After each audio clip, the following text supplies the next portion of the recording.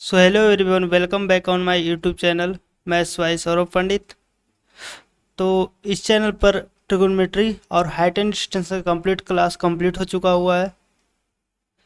तो आज एक न्यू चैप्टर का स्टार्ट करने जा रहे हैं जिसका नाम है पॉलिनोमियल। और ये जो पॉलिनोमियल है हमारे अलजेब्रा चैप्टर के अंदर आता है, ठीक है। तो ये जो पॉलिनोमियल है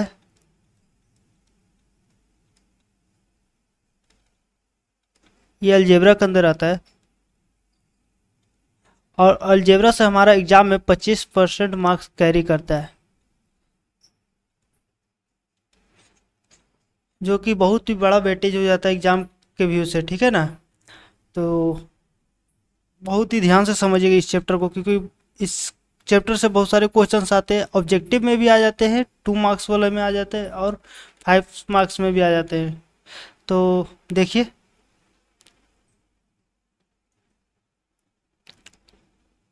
तो चलिए शुरू करते हैं। देखिए, ये सब तो आप लोग को रिटन फॉर्मेट में जो कि टेलीग्राम पर मिल जाएगा पीपीटी, ठीक है ना। लेकिन पूरा का पूरा रिटन फॉर्म में समझाने वाले हैं। ये सब तो आप लोग देख लीजिएगा। तो देखिए,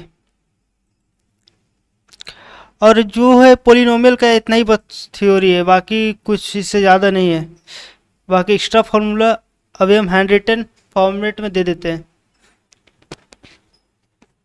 तो देखिए,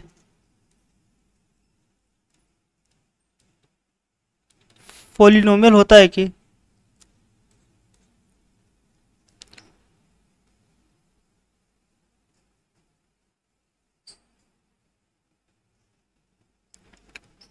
पोलिनोमियल एक अलजेब्रिक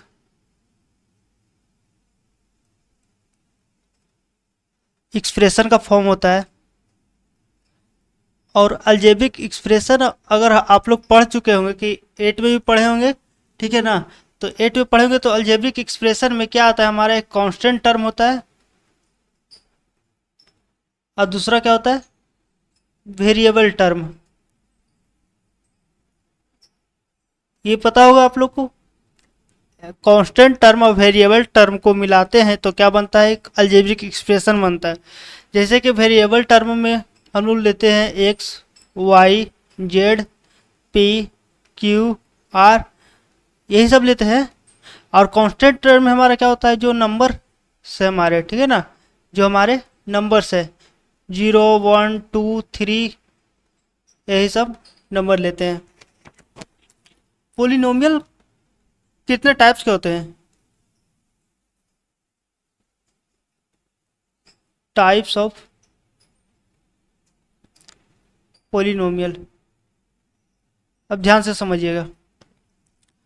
पोलिनोमियल हमारे, देखिए जैसे कि इस बार जो एग्ज़ाम में है, जो 2026 का एग्ज़ाम है, इसमें तो हमारा एक क्वाड्रेटिक ही सिर्फ का पोलिनोमियल पूछा जाएगा। क्यूबिक पोलिनोमियल हमारा इस बार सिलेबस से रिमूव किया गया हुआ है। तो मेनली जो फोकस होगा वो क्वाड्रेटिक पोलिनोमियल पर होगा और एक अलग से जो सेशन लिया जाएगा वो क्यूबिक पोलिनोमियल पर हो जाएगा। इधर जो 2 से 3 लेक्चर लिया जाएगा वो सिर्फ और सिर्फ क्वाड्रेटिक पोलिनोमियल के लिया जाएगा, ठीक है ना।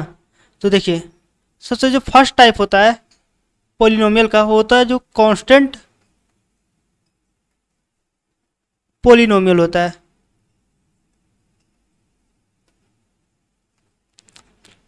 सबसे फर्स्ट क्या होता है, कांस्टेंट पोलिनोमियल होता है। कांस्टेंट मतलब क्या बताए थे कि नंबर होना चाहिए। तो मतलब कि कांस्टेंट पोलिनोमियल में होता है कि वेरिएबल जो रहेगा हमारा, जो वेरिएबल टर्म रहेगा,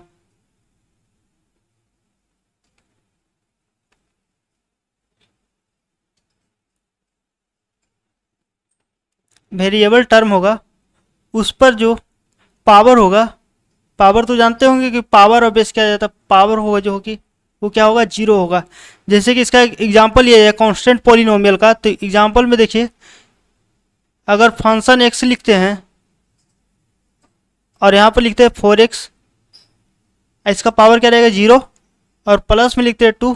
एक तो ये पोलिनोमियल बन गया, देखिए इसमें वेरिएबल टर्म है और कांस्टेंट टर्म है, दोनों का दोनों। और ये बताया गया था कि एक अलजेब्रिक एक्सप्रेशन होता है पॉलिनोमियल का जो फॉर्म है, तो अगर कोई भी नंबर पर पावर जीरो होता है, कोई भी नंबर पर पावर जीरो होता है, तो उसका वैल्यू क्या हो जाता है। जैसे एक्स पर पावर जीरो है तो इसका वैल्यू क्या हो जाता है, वन। किसी भी नंबर पर पावर जीरो होता है तो उसका वैल्यू वन हो जाता है।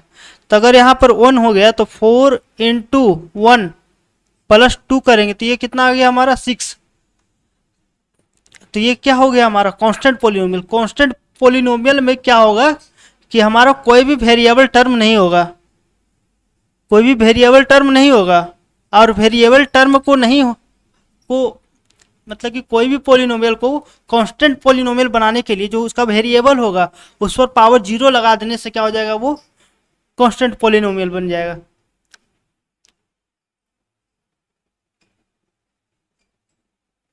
अब देखिए सेकेंड होता है जो कि लीनियर पोलिनोमियल होता है।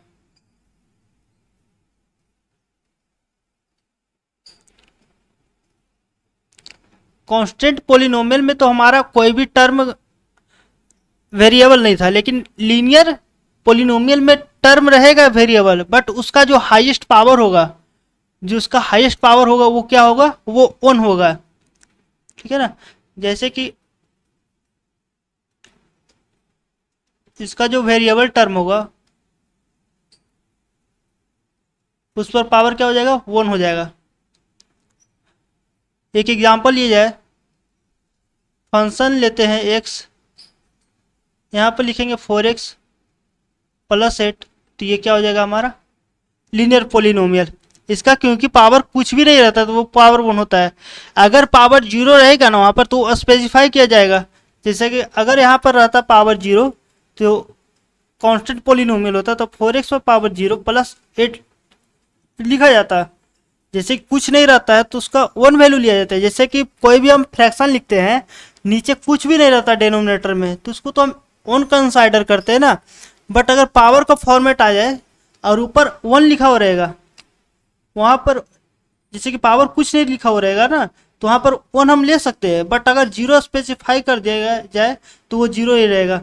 और अगर किसी भी नंबर पर पावर जीरो हो गया तो उसका वैल्यू क्या हो जाता है, वन हो जाता है।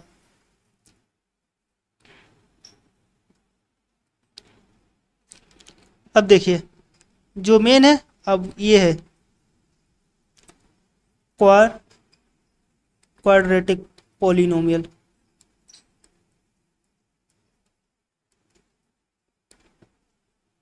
देखिए क्वाड मतलब क्या होता है, टू। अब तो यहाँ पर समझिए हो कि टू लगा हुआ, इसका मतलब क्या हो जाएगा, वेरिएबल जो टर्म होगा उसका हाईएस्ट जो पावर होगा क्या होगा,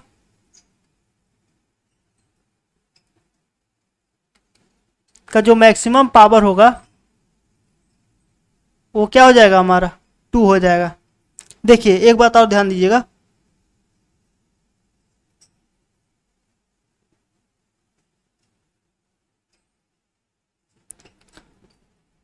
कि डिग्री ऑफ पोलिनोमियल क्या होता है, उसके बाद बताते हैं इसके पूरा एक्सप्लेन करते हैं क्वाड्रेटिक पोलिनोमियल का। ठीक है, इससे पहले एक देख लीजिएगा कि डिग्री ऑफ पोलिनोमियल क्या होता है।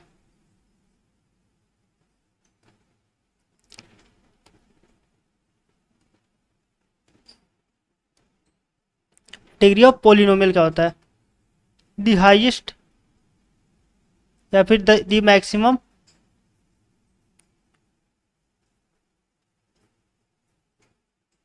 Power of a variable in any polynomial. तो ये क्या हो जाएगा हमारा, डिग्री ऑफ पोलिनोमियल हो जाएगा, ये maximum power of a variable in any polynomial. जैसे कि एग्जांपल लिया जाए, x² + 2x + 4, तो इसका अगर डिग्री ऑफ पोलिनोमियल बोला जाए ना, तो इस पोलिनोमियल में जो हमारा वेरिएबल है वो क्या है, हमारा x है। और वेरिएबल x है तो इसका देखिएगा हाईएस्ट पावर क्या है, तो 2 है। तो ये क्या हो जाएगा, 2 हमारा डिग्री ऑफ पोलिनोमियल हो जाएगा। समझ में आ रहा है ना, क्या हो जाएगा हमारा डिग्री ऑफ पोलिनोमियल, क्या हो जाएगा हमारा 2 हो जाएगा। अगर यहीं पर दिया हो रहेगा कि पी पर power 4 plus 3p cube plus 2p square plus 8। तो हमारा यहाँ पर बोला जाए कि इस पोलिनोमियल में हमारा डिग्री ऑफ पोलिनोमियल क्या है, तो क्या हो जाएगा हमारा वेरिएबल तो टर्म हमारा p है, तो p का हाईएस्ट वैल्यू मैक्सिमम पावर क्या हमारा 4 है, तो डिग्री ऑफ पोलिनोमियल इस पोलिनोमियल का क्या हो जाएगा हमारा 4 हो जाएगा। ये ठीक है। देखिए अब क्वाड्रेटिक पोलिनोमियल पर चलते हैं। तो क्या बताया कि इसका मैक्सिमम पावर क्या हो जाएगा हमारा, मैक्सिमम पावर क्या हो जाएगा हमारा 2। उस जो हमारा इक्वेशन दिया हुआ रहेगा उसका मैक्सिमम पावर 2 रहना चाहिए, तो वो हो जाएगा हमारा क्या क्वाड्रेटिक पोलिनोमियल। देखिए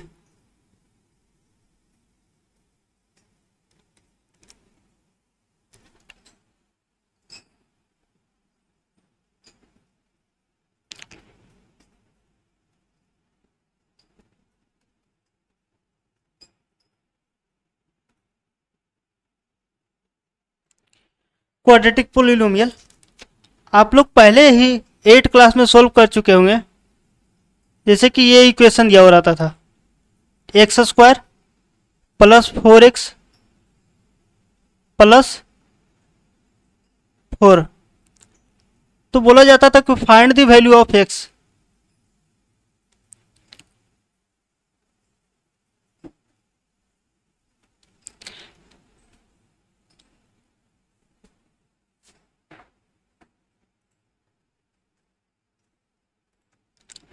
देखिए ये क्या दिया हुआ रहता था x square plus 4x plus 4। अब बोला जाता था find the value of x। तो कैसे हम लोग निकालते थे, तो क्या करते थे पहले कि एक्स स्क्वायर लिखते थे और 4x को इस प्रकार ब्रेक करते थे कि 2x प्लस 2x ऐसे करते थे, और प्लस क्या करते थे 4। अब क्या करते थे ये दोनों से कॉमन लेते थे x, तो क्या अंदर बचता था x प्लस 2, और इन दोनों से क्या कॉमन लेते थे 2, तो क्या बचेगा ब्रैकेट में x प्लस 2। यहाँ पर से x plus 2 into x plus 2 लिखते थे, बराबर क्या लिखते थे x प्लस 2 का होल स्क्वायर, यही ना। तो यहाँ पर देखिएगा कि कोई भी क्वाड्रेटिक पोलिनोमियल होगा उसके इक्विवेलेंट जो वैल्यू होगा वो 0 होगा, उसके इक्विवेलेंट क्या होगा वैल्यू 0 होगा। जैसे कि ये ले लिए x square plus 6x plus में क्या लेते हैं कि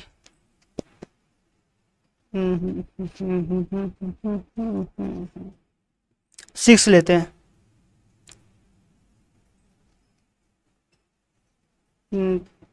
2 4 8 लिख चलते हैं। तो देखिए क्या हो जाएगा एक्स स्क्वायर प्लस, इसको कैसे ब्रेक करेंगे 2x प्लस 4x में ब्रेक करेंगे, प्लस 8 लिखेंगे, x यहाँ से कॉमन लेंगे तो अंदर क्या बचेगा x प्लस 2 प्लस इन दोनों से क्या कॉमन लेंगे 2 लेंगे कॉमन, ये 4 लेंगे कॉमन, तो अंदर क्या बचेगा x प्लस 2। अब देखिएगा ये दोनों टर्म से क्या हमारा x प्लस 2 कॉमन आ जाएगा, x प्लस 2, और अंदर ब्रैकेट में क्या बचेगा x प्लस 4, यही ना बचेगा। अब बोला जाता था कि x का वैल्यू 0 निकालने के लिए तो दोनों टर्म का वैल्यू क्या रखते थे 0, क्या करते थे x plus 2 is equal to d 0 और x plus 4 is equal to 0। अगर इन दोनों इक्वेशन को अगर हम मल्टीप्लाई करेंगे तो क्या हमारा x plus 2 into x plus 4 बराबर 0 निकल के आएगा, आएगा ना। तब यहाँ पर क्या करते थे x बराबर -2 लिखते थे, ये प्लस 2 रहता था, इधर LHS में RHS में जाएगा तो -2 हो जाएगा। और अगर इस टर्म को देखते हैं तो x बराबर क्या आता था -4।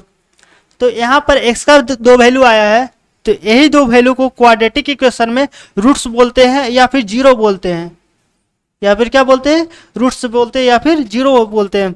जैसे कि अभी बताया है कि किसी भी पोलिनोमियल का दिया हुआ रहेगा इक्वेशन, उसमें जो वेरिएबल का हाईएस्ट पावर या मैक्सिमम पावर होगा वो उसका डिग्री ऑफ पोलिनोमियल होगा, और उस जो वेरिएबल दिए जो एक्सप्रेशन दिया हुआ रहेगा उसका जितना डिग्री ऑफ पोलिनोमियल होगा उसका उतना ही वैल्यू आएगा। जैसे कि इस इक्वेशन में दिया हुआ था, ये जब इक्वेशन दिए थे पी पर power 4 plus 3p³ plus 2p² plus 8, तो जो इस इक्वेशन में हमारा वेरिएबल टर्म क्या था, हमारा p था और p का डिग्री ऑफ पोलिनोमियल 4 आया था। तो ये जो हमारा एक्सप्रेशन दिया हुआ है इसका जो हमारा इस इक्वेशन में जो हमारा p का वैल्यू है ना वो भी 4 वैल्यू आएगा। वो कितना वैल्यू आएगा, हमारा 4 वैल्यू निकल कर, जितना डिग्री ऑफ पोलिनोमियल होगा उतना ही उस इक्वेशन का वैल्यू होगा। तो समझ में आया। जैसे कि ये हमारा क्वाड्रेटिक पोलिनोमियल है तो इसका डिग्री ऑफ पोलिनोमियल 2 होगा, इसीलिए इस जो क्वाड्रेटिक पोलिनोमियल दिया हुआ है इसका एक्सप्रेशन में 2 वैल्यू आया है। एक्स का वैल्यू आया है यहाँ पर, जैसे एक इक्वेशन ये हुए थे कि x² प्लस 6x प्लस 8, तो इसका 2 वैल्यू आया एक्स का, -2 और -4। अब देखिए जो हमारा दोनों का दोनों फैक्टर आया था x+2 और x+4 इसके बराबर 0 किए थे ना। इसका मतलब क्या है कि x+2 का भी वैल्यू 0 होगा और x+4 का भी वैल्यू क्या होगा, 0। कोई भी दो नंबर को गुना करने पर 0 कब आएगा, जब वो दोनों खुद क्या होगा, 0 होगा, है ना। या फिर कोई एक नंबर होगा, एक भी 0 होगा, मतलब कोई भी एक नंबर को 0 होना ही पड़ेगा 0 बनाने के लिए।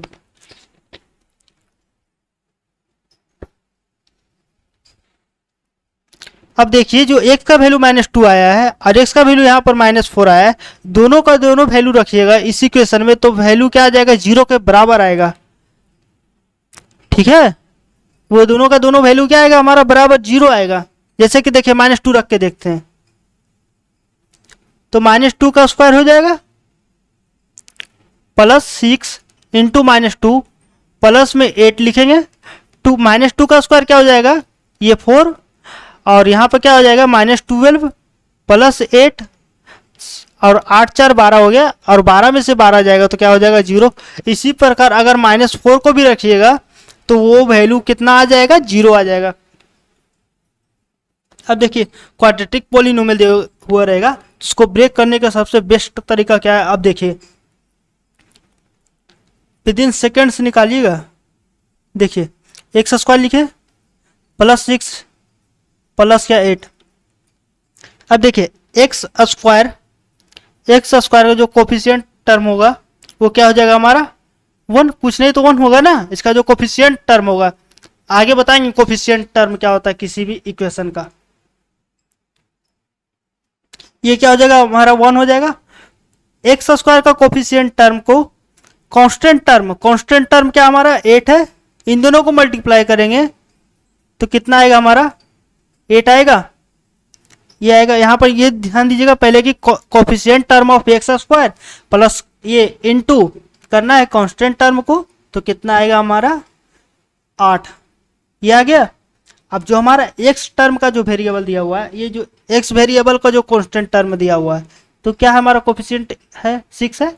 तो 6 को इस प्रकार ब्रेक करना है ना कि जो ब्रेक करने पर नंबर आएगा उसका जो हमारा मल्टीप्लीकेशन आना चाहिए वो क्या आ जाना चाहिए 8। ये जो इसका जैसे कि ये इसको हम किस प्रकार ब्रेक करेंगे कि उन दोनों को मल्टीप्लाई करने पर, जैसे कि a और b आया है ब्रेक करने पर, ठीक है। तो अगर a और b को मल्टीप्लाई करते हैं तो वो 8 के बराबर हो जाना चाहिए और a और प्लस b को करेंगे ऐड तो हमारा जो x का जो कोफिशिएंट टर्म है उसके बराबर हो जाना चाहिए। बात समझ में आया नहीं। जैसे कि a इंटू बी को करेंगे, जैसे 6 को बोले कि 6 को इस प्रकार ब्रेक करना है कि उन दोनों को मल्टीप्लाई करने पर जो हमारा कांस्टेंट टर्म और x² का कोफिशिएंट टर्म है उसको मल्टीप्लाई करने पर आया था जो वैल्यू उसके बराबर हो जाना चाहिए। और इन दोनों को प्लस करने पर जो हमारा a और b को प्लस करने पर वो क्या आ जाना चाहिए, हमारा जो हमारा x का जो कोफिशिएंट टर्म है वो। तब देखिए x² प्लस 6x प्लस 8, तो क्या लिखेंगे वैल्यू के लिए x बराबर ऐसे लिखना है टू को कैसे ब्रेक करेंगे, 2 और 4 में कर देंगे डिवाइड देंगे, न्यूमरेटर में क्या लेंगे, न्यूमरेटर ये जो डिनोमिनेटर है उसमें लेंगे हमारा जो एक्स स्क्वायर का जो कोफिशिएंट टर्म होगा। तो एक्स स्क्वायर का कोफिशिएंट टर्म क्या था, 1। तो 1 उसका डिनोमिनेटर, दोनों का दोनों टर्म में डिनोमिनेटर बनाना है और दोनों को क्या करना है, सिंबल चेंज कर देना है। ये अगर प्लस में है तो इसका जो वैल्यू आएगा वो माइनस में आएगा, ये अगर माइनस ये प्लस में तो इसका वैल्यू भी क्या आएगा हमारा माइनस में आएगा। तो एक्स का दो वैल्यू आ गया -2 और -4। अगर यही दोनों वैल्यू हमारा एक्स का वैल्यू यहाँ पर से निकल के आता -2 और -4 ना, अगर ये निकल के आता तो इसका हम क्या करते, सिंबल चेंज, तो क्या हो जाता 2 और 4 हो जाता। समझ में आया।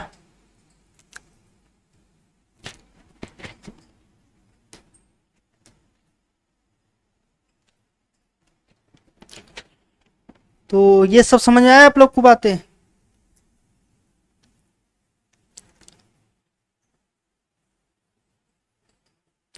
चले आगे देखिए, अब क्या होता है, zero of A polynomial, zero of a quadratic polynomial.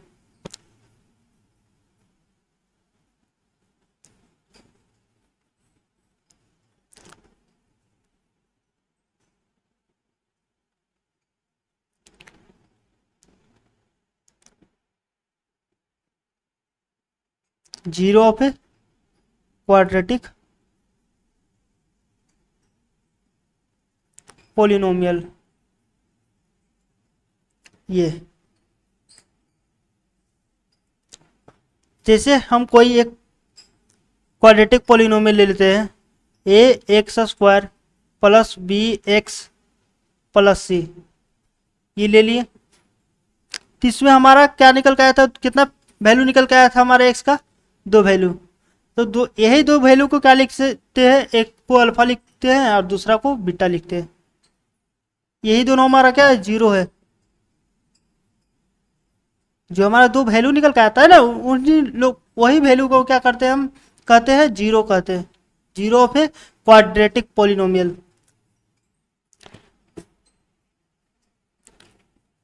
तो देखिए, एक क्या निकल के आता है अल्फा और दूसरा क्या निकल के आता है, बीटा निकल के आता है। यही दोनों क्या हमारा जीरो है। अब देखिए, तो यहां पर से क्वेश्चन बनता है कि सम of the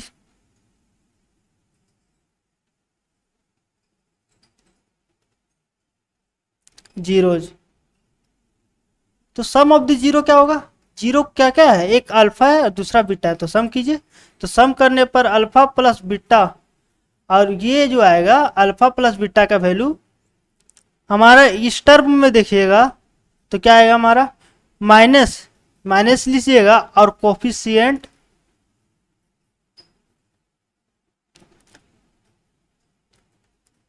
coefficient of x by क्या, कोफिशिएंट ऑफ एक्स स्क्वायर। अगर कोफिशिएंट ऑफ एक्स लेते हैं तो माइनस क्या लिखेंगे, -b, और कोफिशिएंट ऑफ एक्स स्क्वायर लिखते हैं तो क्या लिखेंगे, a। ये क्या हमारा आ गया, sum of the zero alpha plus beta. यहाँ पर किससे क्या आ गया हमारा, अल्फा प्लस बीटा का वैल्यू आ गया क्या, -b बाई क्या, a। तो ये याद रहेगा, अल्फा प्लस बीटा बराबर क्या होगा, -b by a, sum of the zero. अब सेकेंड लेते हैं कि प्रोडक्ट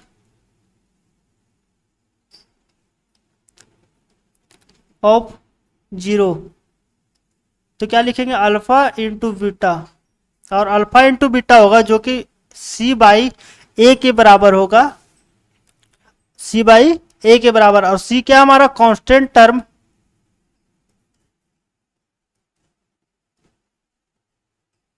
बाई क्या लिखेंगे, कोफिशिएंट ऑफ एक्स स्क्वायर। दोनों का दोनों डिनोमिनेटर क्या होगा, सेम होगा। दोनों में क्या होगा, डिनोमिनेटर हमारा सेम होगा और डिनोमिनेटर क्या होगा हमारा, coefficient of x square. Sum of the zero और प्रोडक्ट ऑफ दी जीरो में दोनों का दोनों डिनोमिनेटर क्या होगा हमारा, सेम होगा, और डिनोमिनेटर क्या होगा हमारा, कोफिशिएंट ऑफ एक्स स्क्वायर होगा। समझ में आ रहा है ना, पूरा बेसिक से बता रहे हैं। बात समझ में आ जाना चाहिए। कोफिशिएंट ऑफ एक्स स्क्वायर ये हो गया। अब देखिए, जैसे कि अल्फा प्लस बीटा बराबर आया हमारा माइनस बी बाई ए, और अल्फा इंटू बीटा बराबर आया सी बाई ए, ये आया हमारा। अगर इन दोनों इक्वेशन को डिवाइड करते हैं, alpha plus beta divided by alpha into beta, तो क्या लिखेंगे? अल्फा प्लस बीटा बराबर माइनस बी बाई ए, और इसके बराबर क्या लिखेंगे? सी बाई ए। ए से ए कैंसिल आउट होगा तो इसका वैल्यू क्या आ जाएगा? माइनस बी बाई सी। ये आएगा, आएगा ना? हाँ, तो देखिए इतना बातें समझ में आ गया। अब चले आगे। अब देखिए, हमारा जनरल फॉर्म क्या होता है? General form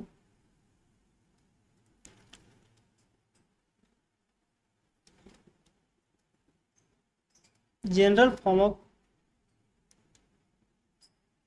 quadratic equation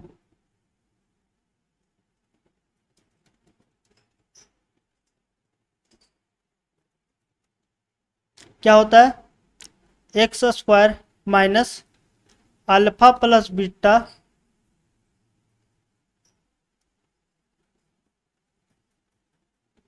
x plus alpha into beta, ये होता है। और अभी हम बताए थे कि अल्फा प्लस बीटा बराबर क्या होता है? अल्फा प्लस बीटा बराबर क्या होता है, जो बताइए। ये जो अल्फा प्लस बीटा बराबर क्या होता है?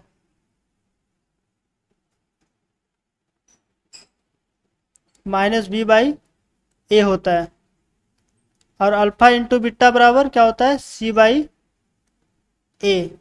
तो यहाँ पर अगर वैल्यू पुट करते तो देखते हैं क्या हमारा वो जो हमारा ए x square plus B x plus C का फॉर्म लौट कर आता है। तो देखिए, और क्या बताते हैं कि जो भी इक्वेशन होता है उसके बराबर क्या होता है? वैल्यू जीरो होता है।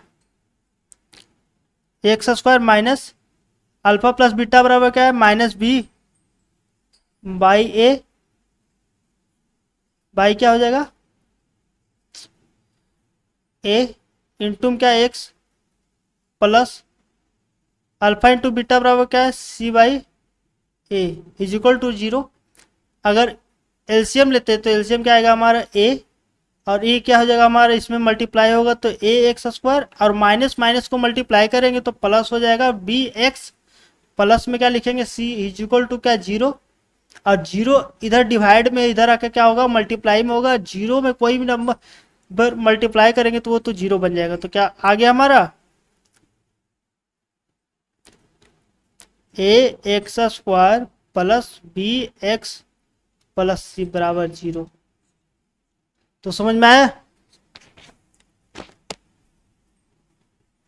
यहाँ पर लिखे थे ना कि a x square plus B x plus c, यही ना लिखे थे फॉर्म जो हमारा क्वाड्रेटिक पोलिनोमियल होता है। इसका देखिए, अगर हम जो सम ऑफ दी जीरो और प्रोडक्ट ऑफ दी जीरो के फॉर्म में भी लिखते हैं, और सम ऑफ दी जीरो का वैल्यू और प्रोडक्ट ऑफ दी वैल्यू का वैल्यू पुट करते हैं जो इक्वेशन है उसमें, तो हमारा वही जो फॉर्म है, जो इनिशियली जो फॉर्म रहता है वो लौट कर चला आता है। तो बात समझ में आ गया होगा ये सभी का सभी।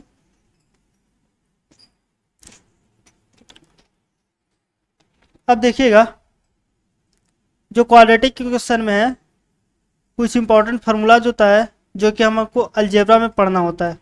बट अलजेब्रा वाला फार्मूला क्या है इसमें यूज आएगा? कुछ क्या है? अलजेब्रा वाला फार्मूला इसमें यूज आता है। तो देखिए,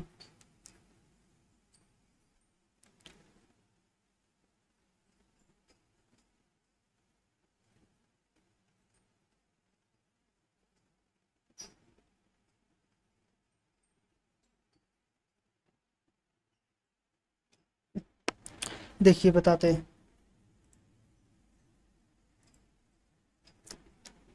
नोट कीजिएगा।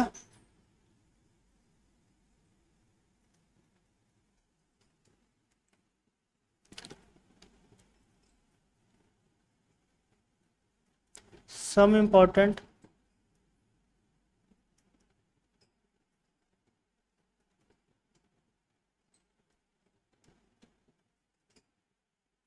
फॉर्मूला। अब देखिए ये बहुत आप लोग को हेल्प आने वाला है, ठीक है। तो देखिए ए प्लस बी का होल स्क्वायर, जितना फार्मूला लिख रहे हैं, ठीक है, वो सभी के सभी कॉपी में नोट आउट कीजिएगा और याद कीजिएगा, और जो याद रहेगा वो रिकॉल करने की कोशिश कीजिएगा। ए प्लस बी का होल स्क्वायर क्या लिखते हैं, a square plus b square plus 2ab लिखते हैं। और बताइए a माइनस बी का होल स्क्वायर क्या लिखते हैं, a square plus b square minus 2ab। और यही नहीं, अभी और देखिए यहाँ पर हम दो इक्वेशन लिखेंगे, लिखे हैं एक a प्लस बी का होल स्क्वायर, दूसरा क्या लिखे हैं a माइनस बी का होल स्क्वायर। अब देखिए इसका पोस्टमार्टम,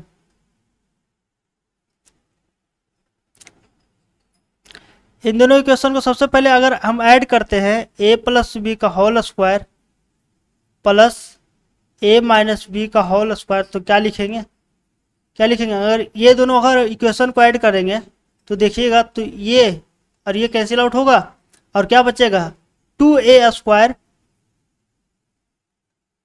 प्लस में क्या लिखेंगे 2b स्क्वायर लिखेंगे।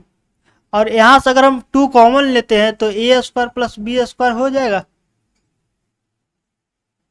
ये हो जाएगा ना। अगर यही दोनों हम इक्वेशन को अगर अब घटाते हैं a प्लस बी का whole square minus a minus b का होल स्क्वायर, तो क्या लिखेंगे, देखिए अगर हम घटाते हैं तो यहाँ पर माइनस क्या, ये जो हमारा साइन होता है वो क्या हो जाता है, चेंज हो जाता है, प्लस से माइनस और माइनस से प्लस हो जाता है। तो इन दोनों का साइन माइनस प्लस से माइनस हो गया, ये माइनस में, तो ये क्या हो जाएगा हमारा प्लस में हो जाएगा, और ये दोनों हमारा क्या हो जाएगा कैंसिल आउट होगा। तो क्या बचेगा, ये 4ab बचेगा। तो ये बात समझ में आया। अब देखिए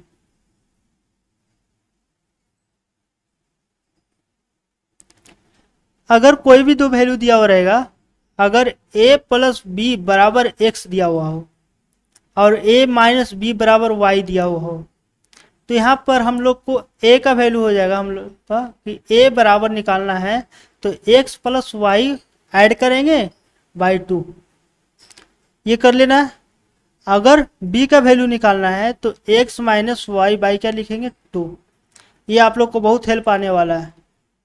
जरूरी नहीं कि हर क्वेश्चन का इक्वेशन बनाना चाहिए, ठीक है ना, वो इन तरीकों से भी होता है। अगर a बराबर निकालना, जैसे कि a तो हमारा बड़ा रहेगा ना, अगर कोई भी बड़ा में छोटा घटाएंगे तब ना पॉजिटिव नंबर आएगा। इसीलिए अगर a बड़ा है तो दोनों को क्या करेंगे, दोनों जो कांस्टेंट टर्म होगा x और y एक कांस्टेंट टर्म होगा, ये हम एग्जांपल के लिए लिए हैं। अगर x y कांस्टेंट टर्म रहेगा तो दोनों कांस्टेंट टर्म का एवरेज निकाल लेंगे, जो बड़ा नंबर रहेगा a उसको निकालने के लिए, और b जो हमारा छोटा नंबर रहेगा, दोनों कांस्टेंट जो टर्म रहेगा उन दोनों को घटाएंगे सबसे पहले और 2 से डिवाइड कर देंगे, तो क्या आ जाएगा हमारा b का वैल्यू। समझ में आया। अब ये a और b की जगह कुछ भी हो सकता है, अल्फा बीटा भी हो सकता है, जो हमारा जीरो था, जो हमारा क्या था जीरो था। अब देखिए आगे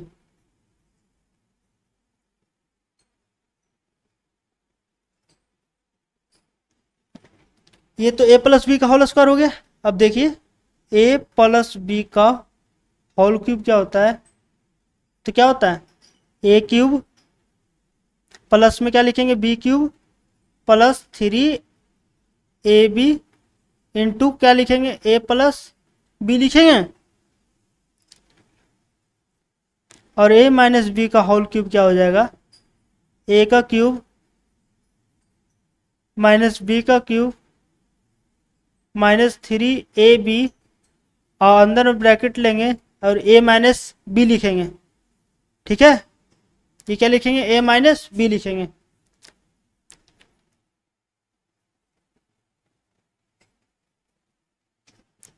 और a cube plus b cube का फॉर्मूला क्या होता है, सबसे पहले लिखेंगे a प्लस बी, ब्रैकेट देंगे a square plus b square minus a b ये लिखेंगे।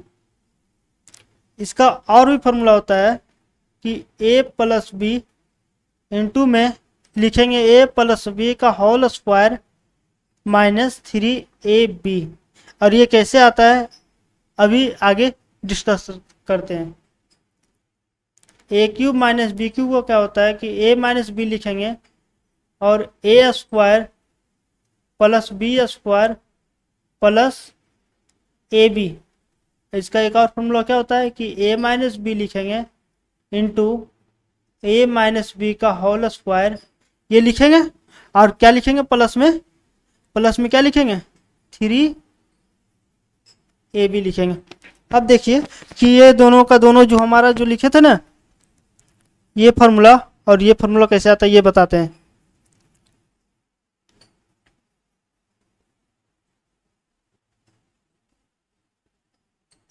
तो देखिए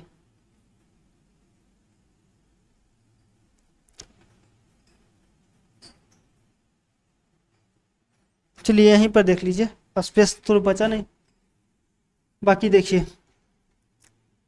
और जहां पर कोई भी न्यू फार्मूला आएगा अगर यूज होगा तो वो हम बताते चले आएंगे, ठीक है। जैसे कि अगर लिखते हैं a प्लस बी का होल स्क्वायर, इसको क्या लिख सकते हैं a माइनस बी का whole square is equal to plus में क्या लिखेंगे 4ab लिख सकते हैं। और a माइनस बी का होल स्क्वायर चाहिए तो क्या लिखेंगे a प्लस बी का होल स्क्वायर माइनस 4ab। ये फार्मूला भी आप लोग याद कर लीजिएगा। अब जैसे अब अगर लिखते हैं a square plus b square is equal to, इसको क्या लिख सकते हैं ए प्लस बी का होल स्क्वायर माइनस में क्या लिखेंगे 2ab लिख सकते हैं, ये लिख सकते हैं ना।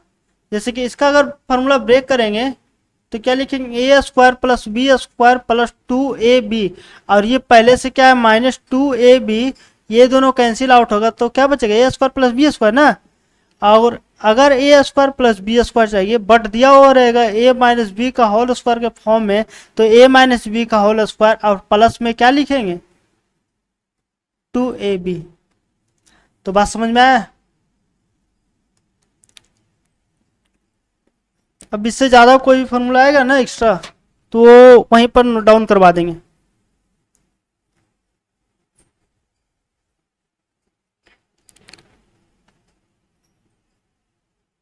देखिए यहाँ पर ये प्लस होना चाहिए था, यहाँ पर प्लस होना चाहिए, इसके बराबर 0। तो देखिए ये 0 निकालना है, ठीक है। तो यहाँ पर अब जैसे ब्रेक करेंगे तो क्या लिखेंगे एक्स स्क्वायर प्लस 4x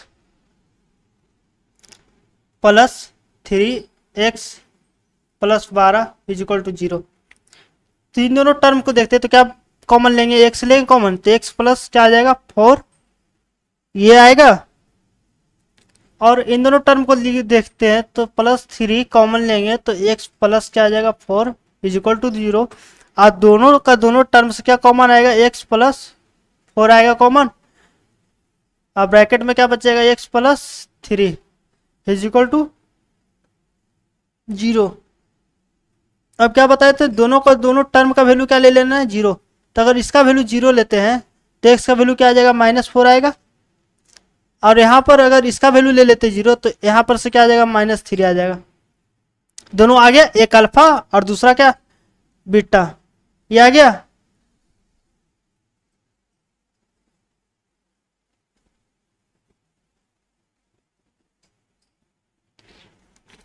तो देखिए क्या बोला था कि verify the relation between the 0 and the coefficient.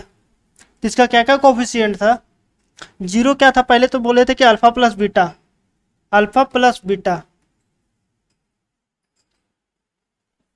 तो अल्फा प्लस बीटा बराबर क्या होता है माइनस का कोफिशिएंट,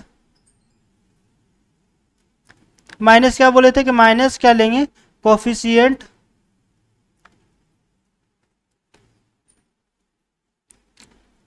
ऑफ एक्स बाई क्या लेंगे coefficient x square minus coefficient of x क्या हमारा है 7 तो -7 और कोफिशिएंट ऑफ एक्स स्क्वायर क्या है 1, तो यहाँ पर से क्या हो जाएगा -7, ये आ गया। अब देखिए यहाँ पर अल्फा बीटा का वैल्यू क्या आया था, अगर यहाँ पर भी अगर अल्फा प्लस बीटा करते तो -4 -3 किसके बराबर आ गया -7 के, तो यहाँ से हमारा आगे अल्फा प्लस बीटा वेरीफाई हो गया। अब अगर इन दोनों को मल्टीप्लाई करते हैं अल्फा इंटू बीटा तो क्या लिखेंगे कांस्टेंट टर्म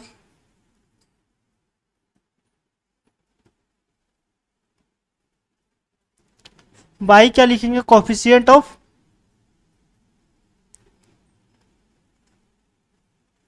एक्स स्क्वायर।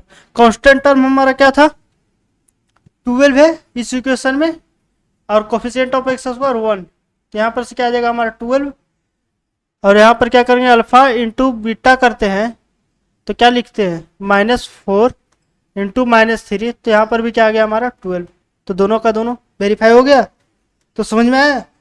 पहले क्या करना है कि जो हमारा इक्वेशन दिया हुआ रहेगा उसको ब्रेक करना है, ब्रेक करके अल्फा बीटा लाना है, और अल्फा प्लस बीटा बराबर जो हमारा जो फॉर्मूला था basic formula minus coefficient of x by coefficient of x square, ये दोनों लिखना है, वहाँ पर से उठाना इक्वेशन से पुट करना है, जो वैल्यू आएगा उसके बराबर जो हमारा लाए थे अल्फा प्लस बीटा वो दोनों को ऐड कर देना है, दोनों को वेरीफाई कर देना है। ठीक है, इसी प्रकार जो प्रोडक्ट आता है हमारा अल्फा इंटू बीटा उसमें भी सेम कंडीशन अप्लाई करना है। तो चलिए नेक्स्ट क्वेश्चन पर। तो ये क्वेश्चन आप लोग को समझ में आ गया होगा। ठीक है, आइए सब जो टाइप है बहुत ही एग्जामिनर का फेवरेट टाइप है, हमेशा हर साल क्या पूछ देता है। ये रहा नेक्स्ट क्वेश्चन, ये भी सेम टाइप का है, ठीक है ना, ये भी सेम टाइप का क्वेश्चन है। तो देखिए क्या होता है, क्या बोले थे सबसे पहले कि लिखेंगे ये जो फंक्शन दिया हुआ है, तो फंक्शन क्या दिया हुआ 4u स्क्वायर प्लस 12u ये दिया हुआ है। तो यहाँ से क्या कॉमन ले सकते हैं 4u कॉमन ले सकते हैं, क्या ले सकते हैं 4u, तो अंदर क्या बचेगा 4u, सिर्फ u बचेगा, 4u तो कॉमन ले लिए ना, तो u प्लस क्या बचेगा 3, यही ना बचेगा। तो देखिए अब जब हम करते हैं क्या बोले थे कि इसके बराबर क्या होगा 0, तो यहाँ पर से एक u का वैल्यू क्या आ गया हमारा 0, और एक u का वैल्यू क्या आ गया हमारा -3 आ गया, ये अल्फा हो गया, और ये क्या हो गया हमारा बीटा, ये हो गया, यही होगा ना। तो देखिए अब क्या बोले थे क्या करना है अल्फा प्लस बीटा बराबर क्या लिखेंगे अल्फा प्लस बीटा 0 और प्लस -3, तो यहाँ से क्या आएगा हमारा -3 आएगा, और अल्फा प्लस बीटा बराबर क्या होता है माइनस का कोफिशिएंट टर्म ऑफ क्या x बाई क्या लिखेंगे coefficient of x square is equal to -3, coefficient of x क्या हमारा है 12, एक्स स्क्वायर क्या है हमारा 4 है बराबर -3, ये कैंसिल आउट होगा तो 3 आएगा, तो क्या वैल्यू वेरीफाई हो गया -3 बराबर -3, ये हो गया ना। अब जब हम इस इक्वेशन को देखते हैं तो क्या हमारा दिया हुआ 4u स्क्वायर दिया हुआ है प्लस में 12 दिया हुआ है u, बट हमारा कांस्टेंट टर्म नहीं दिया हुआ, तो कांस्टेंट टर्म को हम 0 मान लेंगे तो कोई जो हमारा इक्वेशन होगा उस पर कोई भी इफेक्ट नहीं आएगा।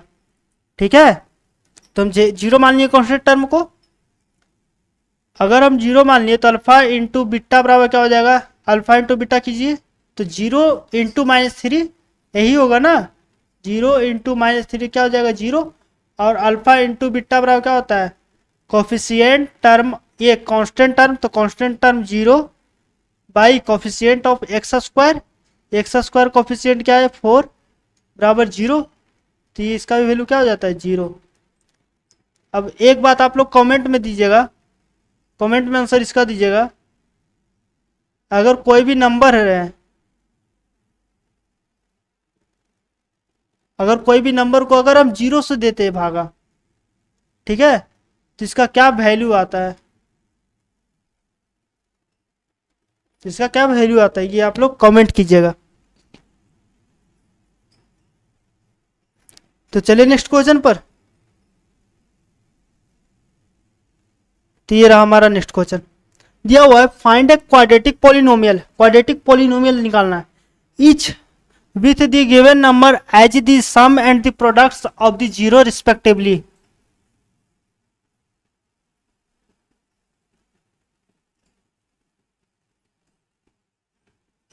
देखिए क्वाड्रेटिक पॉलिनोमियल निकालना है, each with the given number as the sum and the product of zero respectively. देखिए ये हमारा दिया हुआ है सम ऑफ द जीरो, मतलब क्या alpha plus beta is equal to 1/4 दिया हुआ है। प्रोडक्ट ऑफ द जीरो मतलब कि अल्फा इंटू बीटा बराबर क्या दिया हुआ है, -1 दिया हुआ है। ठीक है, अब जल्दी से बताइए कि अल्फा इंटू बीटा बराबर क्या होता है और अल्फा प्लस बीटा बराबर क्या होता है। अल्फा इंटू बीटा बराबर क्या होता है, C/A, और अल्फा इंटू बीटा बराबर क्या होता है, -B/A। अब क्वाड्रेटिक पॉलिनोमियल का जो हमारा फॉर्म था क्या था,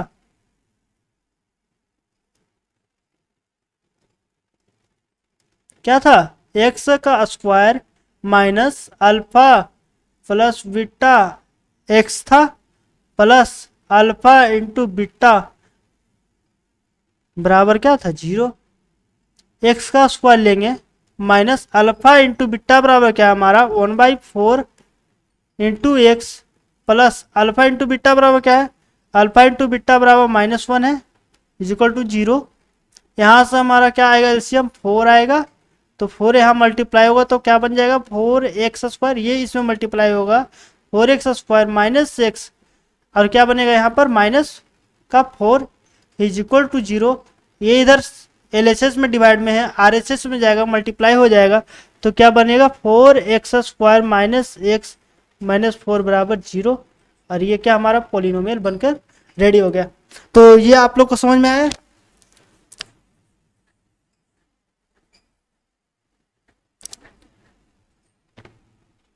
आई होप आप लोग को समझ में आ गया होगा। ठीक है, तीनों क्वेश्चन तो आप लोग को समझ में आ गया होगा। आगे बढ़े, ये रहा नेक्स्ट क्वेश्चन हमारा। देखिए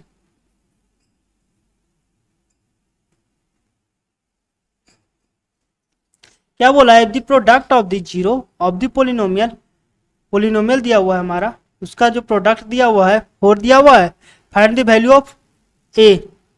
तो देखिए हमारा प्रोडक्ट ऑफ द जीरो क्या होता है, ये बात बताइएगा पहले। मतलब कि alpha into beta, alpha into beta बराबर दिया हुआ हमारा 4, और अल्फा इंटू बीटा बराबर क्या होता है, C/A बाई क्या 4। सी क्या था हमारा, कांस्टेंट टर्म। कांस्टेंट टर्म क्या है हमारा, जो कांस्टेंट टर्म लेंगे या फिर किसी भी वेरिएबल का जो कोफिशिएंट टर्म लेंगे उसका साइन के साथ लेंगे। अगर ये कांस्टेंट टर्म लेते हैं तो कांस्टेंट टर्म का साथ का साइन क्या है, -6, तो यहाँ पर सेम लेंगे -6। ठीक है, और ए ये क्या था हमारा कोफिशिएंट, ये जो डिनोमिनेटर क्या था हमारा, coefficient term of x², coefficient term of x² क्या हमारा है, ए है। ए डिनोमिनेटर में लेंगे 4, तो यहाँ पर क्या लिखेंगे, a बराबर क्या लिखेंगे, -6/4। यहाँ पर कैंसिल आउट करेंगे तो माइनस क्या लिखेंगे, 3/2।